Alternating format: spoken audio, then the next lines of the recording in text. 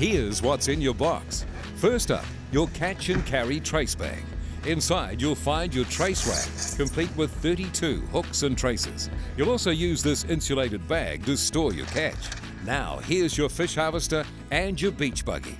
There's some assembly required, so remove it all from the packaging. Underneath, you'll find your owner's manual with warranty, your warning flag, night-activated strobe lamp, battery charger, a pair of gloves, 2 bottom sinkers, and most importantly, the winch and remote ready reference card. You should keep this laminated guide with your fish harvester at all times. And make sure you read the owner's manual before you go out fishing. Open the hatch on the hull. You'll find your remote. You'll also find 2 batteries. These are fully charged and good to go. Make sure you connect the 2 battery leads. Check the remote battery level by pushing go. The LEDs should reach 30. Now replace the hatch, making sure all 3 locking tabs are in their slots. Press down to make sure the seal is tight, then twist to lock closed. Box 2 contains your intelligent variable speed electric winch and your manual winch handle.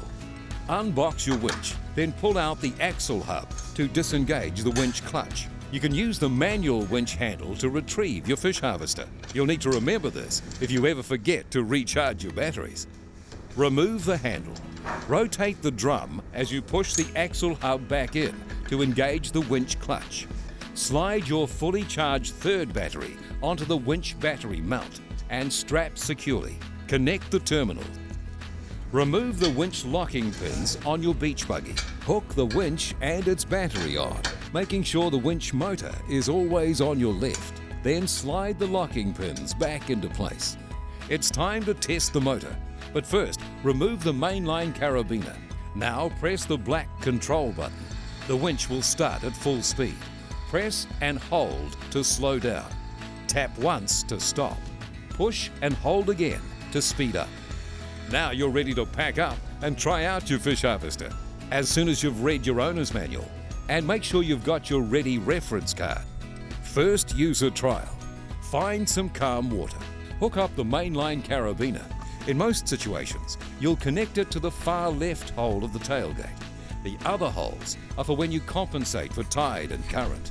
Attach the warning flag and insert your darkness-activated strobe light. Press and hold the Go button on the remote until the LED indicator reaches 30. The remote is now unlocked and moves to Time Set mode. Leave your run time at 5 minutes. Disengage the winch. Now it's time to get your fish harvester into the water. Press Go on the remote, but only once your fish harvester is in the water. Never run the motor out of the water. You could cause damage that will void your warranty. You've now got 5 minutes of run time to practice steering left, steering right, and course correcting. Hit stop. The fish harvester will also stop automatically once it reaches its set run time. Re-engage the winch clutch and reel in your fish harvester. It's time to hit the beach. Now you're ready for a sea trial. Make sure you pick a spot well clear of fishermen, boats, swimmers and other beach users. All can be hazards when it comes to lines and hooks, and you want to be considerate at all times. Your owner's manual has a full list of safety rules and warnings. Please read them carefully. Time to launch. So pull out your ready reference card and double-check the operating instructions for your remote control. Hook up your mainline, choosing a tailgate hole that suits the current and tides. Unlock the remote and set your run time to 10 minutes. Make sure the clutch on the winch is disengaged and head on out. Set your fish harvester in the water and press Go. You can now steer the fish harvester as you return to the beach. It will receive signals whenever you have line of sight between waves. With no sinkers, bait or traces attached, the fish harvester will be running at 6 knots, so it will very quickly make its way into open water. When the fish harvester has stopped running out, read your winch ready reference card. Re-engage the winch clutch. Make sure the drum is locked and start the winch.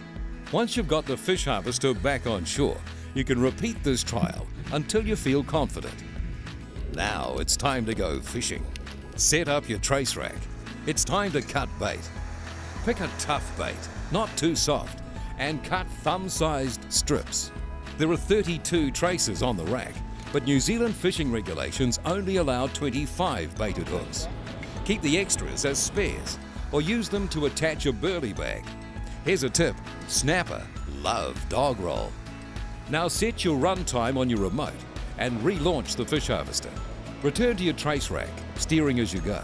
As the main line goes out, we suggest attaching a sinker first, followed by your baited hooks and your burley.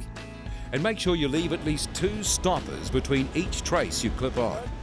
Clip on a final sinker. Once your traces are all out, it's time to let the fish harvester do its thing. For the next hour or so, you'll find this a pretty relaxing way to fish. Just a note, none of us can control the tides, winds and currents. When it comes to reeling in, on occasion you may need to track your fish harvester down the beach and reposition the winch for ease of recovery. But then that's why we gave you the convenient beach buggy.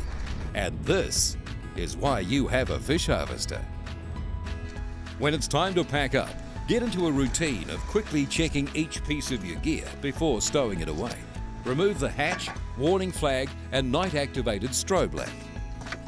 Disconnect all the batteries. And rinse all salt and fish residue off your gear with fresh water as soon as you can. Wipe down the remote with a damp cloth to remove any beach residue. Leave the hatch off so everything can dry out. As with any fishing gear, you want to prevent saltwater corrosion and lingering fish odors. Like all high-quality equipment, your fish harvester requires good care and attention so you can enjoy many years of trouble-free fishing. But right now, it's time to cook your harvest and enjoy it with friends and family. Now you're a proud owner of a fish harvester. You're ready to catch some of the biggest and best fish you've ever caught. And enjoy the most delicious fish you've ever tasted.